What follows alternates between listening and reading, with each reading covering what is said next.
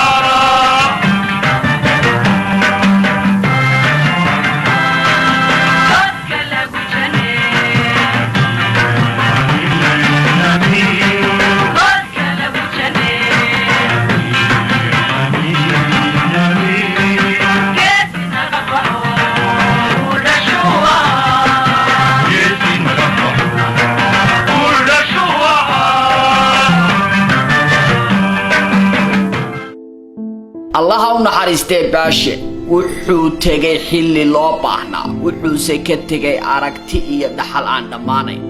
wuxuu ahaa shakhsiyad dhif iyo naadir ku ah Soomaalida maxamed wuxuu ahaa qoraa weyn oo Soomaalida iyo taariikhdeeda baaldahaba kaga jira wuxuu u lahaa taariikhda takhasusiya aqoon dheeriya maxamed wuxuu ka soo qayb qaatay halganno kala duwan wuxuu ahaa shakhsi ay caddahay waxa uu diidayo iyo waxa uu doonayo ururkii dhaqdhaqaaqa wadaniga Soomaaliyeed ee SNM ayuu ka soo mid noqday baashe wuxuu SNM ka soo horjeestay kadib kolkii burco lagaga dhawaaqay gooni-goosadka xilligaasi oo idaacadda BBC-da waraysi uu siiyay ka sheegay in la gowracay aragtidii iyo ujeedkii SNM oo dhammaanba ay ka xarinayd ama xarimayay wax kasta iyo ujeedo walba oo dal Soomaaliyeed lagu kala jaray maxamed baashe xaaji xasan wuxuu halgan dheer u galay sidii uu ururin lahaa dhaxalka taariikhda suugaanta Soomaalida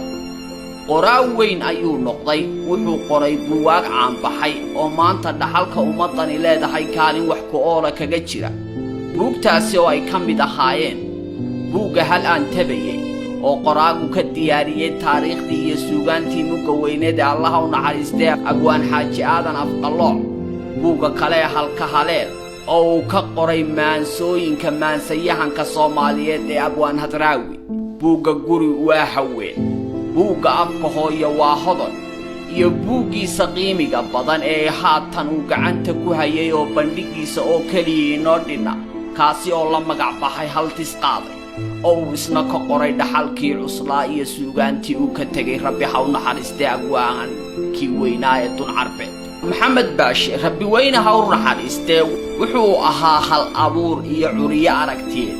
madaale aan ka daalin ka midho dhalinta hadafka aragtiyihiisa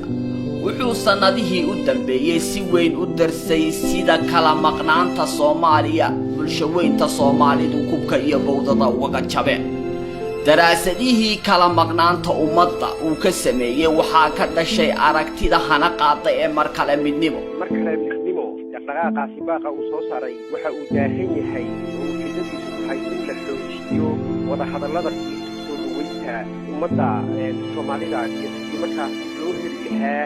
midnimo macna leh oo waxtar labada dhinacba u leh waxa uu leeyahay labadii gobol ee 1900 gaaray markii ay kala xoriyeen siyaasada Talyaaniga iyo Ingiriiska hargeysa iyo dhinacyada kale ee Soomaalidu ay bixin soo karaan oo lagaga nasan karo wixii dhibaatooyin iyo kacaakuf dagaalla sokeeye iyo dibdhacyo soo waajahay ummadda Soomaalida. aragtidaasi oo wax weyn ku soo kordhisay bulshada dhexdeeda kana dhalisay doodo ay fursad ugu helaan dib u xisaabtan. wuxuu ahaa baasha dood yaqaan aragtidiisa difaacan yaqaan jecel in lala doodo aragtida mar kale midnimo oo ka hor geeridiisa uu tacab weyn geliyay marxuumku